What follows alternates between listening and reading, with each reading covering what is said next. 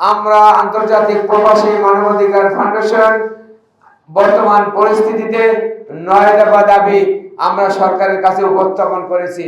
দেশের জনসংখ্যার আনুপাতিক হারে 2 কোটি প্রবাসীদের পক্ষে সংসদে কথা বলার জন্য প্রতিনিধিত্বকারী সংসদ সদস্য রাখতে হবে।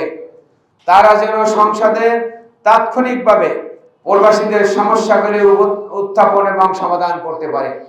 যখনই কোনো প্রবাসী মৃত্যুবরণ করবে তখন সংসদে আমার একজন সংসদ সদস্য বলবে, মাননীয় স্পিকার, আমার আব্দুল রহিম, আব্দুল করিম, সুলেমান, আমার রফিক, শফিক অমুক অমুক রাষ্ট্রে মারা গেছে, তাদের লাশটি তাৎক্ষণিকভাবে আনতে হবে সংসদে। উত্থাপন করার সাথে সাথেই সংসদ সদস্যরা জানতে পারবে, রাষ্ট্রযন্ত্র জানতে পারবে, তখন লাশগুলি দ্রুত চলে আসবে আর লাশ ফ্রিজে বসে থাকবে না। তাই আমরা বলতে চাই, সংসদে আমাদের প্রতিনিধিত্বকারী সংসদ সদস্য দেখতে চাই। আমাদের 2 নম্বর পয়েন্ট হলো, প্রবাসী মৃত্যুবরণ করা প্রত্যেক প্রবাসীর মৃতদেহ বিনা খরচে দ্রুত, আবারও বলছি দ্রুত, অনেকদিন পড়ে থাকে, পচে থাকে লাশ, সেটা অত্যন্ত পরিতাপের বিষয়। আবার বলছি দ্রুত দেশে আনতে হবে।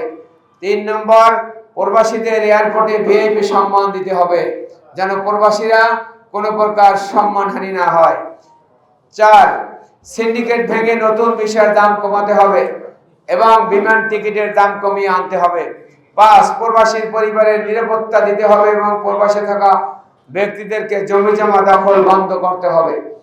6, প্রবাসীরা 12 বছর যাবত অবসরে গেলে তাদের অবসর ভাতা দিতে হবে। 7, সকল প্রবাসীকে প্রবাসী স্মার্ট কার্ড করে দিতে হবে। 8, প্রবাসীদের উন্নত চিকিৎসা সেবার ব্যবস্থা করতে হবে। 9, শর্তহীনভাবে প্রবাসী কল্যাণ ব্যাংক থেকে প্রবাসীদের লোন দিতে হবে।